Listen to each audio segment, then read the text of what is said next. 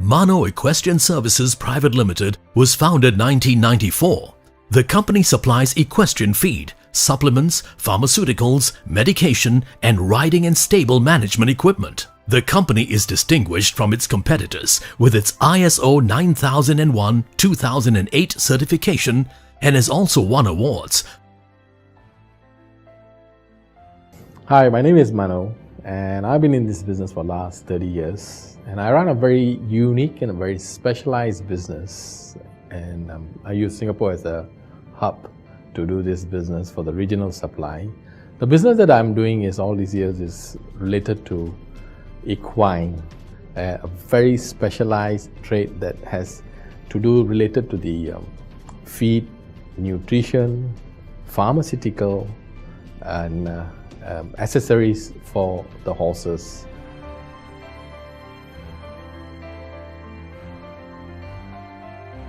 I come from a very humble family, and I'm the eldest in the family of 7, and we have no business aspirations.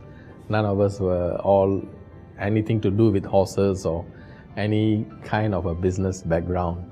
But what actually has come on to is that by chance I got to do this business, and I came to know a little bit more about horses, and I just grow from there on.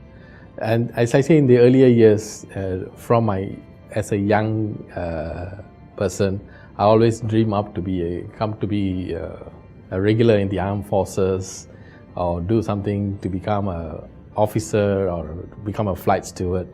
But business is something that just coincidentally I got into this work, and then I grew a passion to what I was doing, and from there on I cultivate a lot of more interest, and I came to know more about the business, more about what's all about the business, and that's where I've come from, that angle. In my earlier years, when I was working for just as a counter sales personnel, doing some trade, selling all this equipment. Basically, my career started off selling saddleries, saddles and all. And many of my customers always encourage me, why don't I do something different? Just not only selling just the hats and boots, and thought something to different where I can able to communicate with my customers on a regular basis. Because, for example, when you sell a hat or a pair of boots, you don't see your customers after a long time. But if you are involved in their day-to-day running of a stable, you are there with their conditioning their horses, or you're helping them out in some medications. So your connectivity with the customers is almost every other day, rather than just the basics. So that's why we got more into selling into the feed, nutrition, medication, and many other aspects. The other way also I would say that just on the horses, just not only all about racing or riding, but they're also into breeding, many other activities, disciplines you can say that where there's a big potentials, where I explore and I grew my business step by step.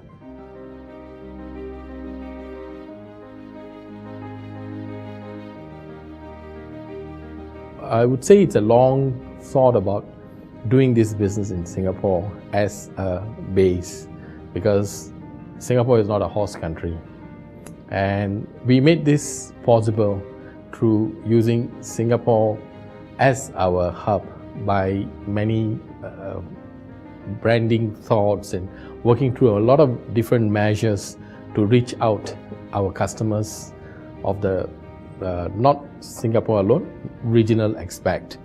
One of the things that I would like to share basically in my earlier years of when I started this business is the big challenge is people wonder why we have to buy out of Singapore.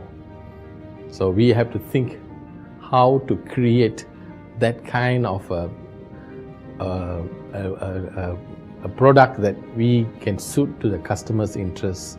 We did a lot of different soil studies about horses in different regions, so that we could create that specific food or feed for the horses in that particular area. So then we become what we call very specialized and customized towards individual market. And one other biggest challenge was branding.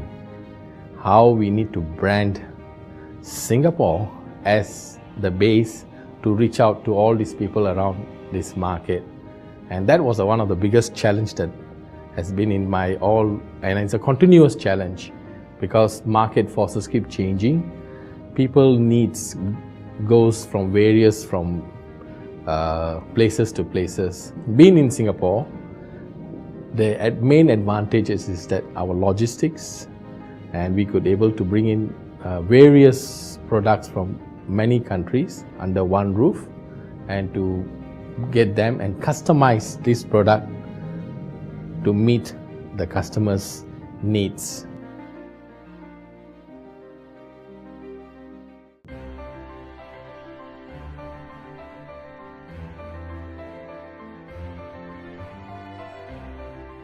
Today my business has reached out as far as to India, Pakistan, and many other countries, even to the Middle East market. And we also do our online business right up to Europe. So the business is all about something that I wanted to do is very different from where I dreamed to be.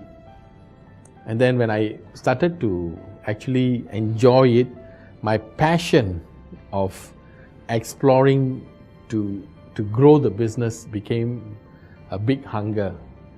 And I think apart as much as I do it, I started to enjoy doing this business.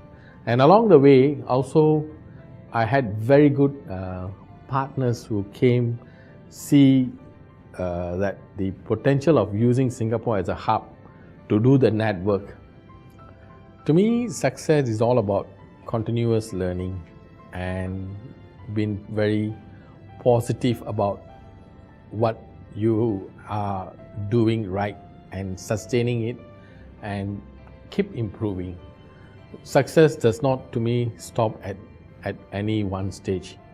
And today's in a very competitive world, you have to be always able to strive better through keen competition.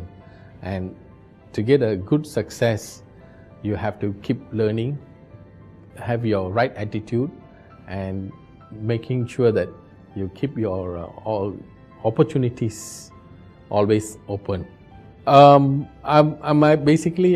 doing a lot of franchising into the regional market. We have a number of franchisees in Indonesia, Philippines, and have also started up a business in Malaysia. I'm doing a lot of government contract. My biggest lesson, as much as when you become successful, we also must be able to help others. It's very important that you also must be able to get yourself into help people who are lesser fortunate. You must be more, have a community spirit, whereby that you always must learn how to help one another to grow. And very important is, to me, is that never forget people who have taught you how to come up in life. And as I say, there are many, but I always keep them as a part of my mentors.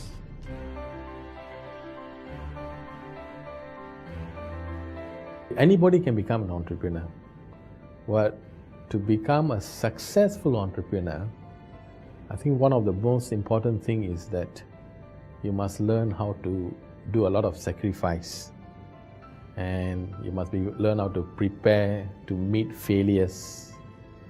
And on top of all that, I think whatever you pursue, your passion has to be there, Your attitude towards what you want to do to get the goal is have to be tireless.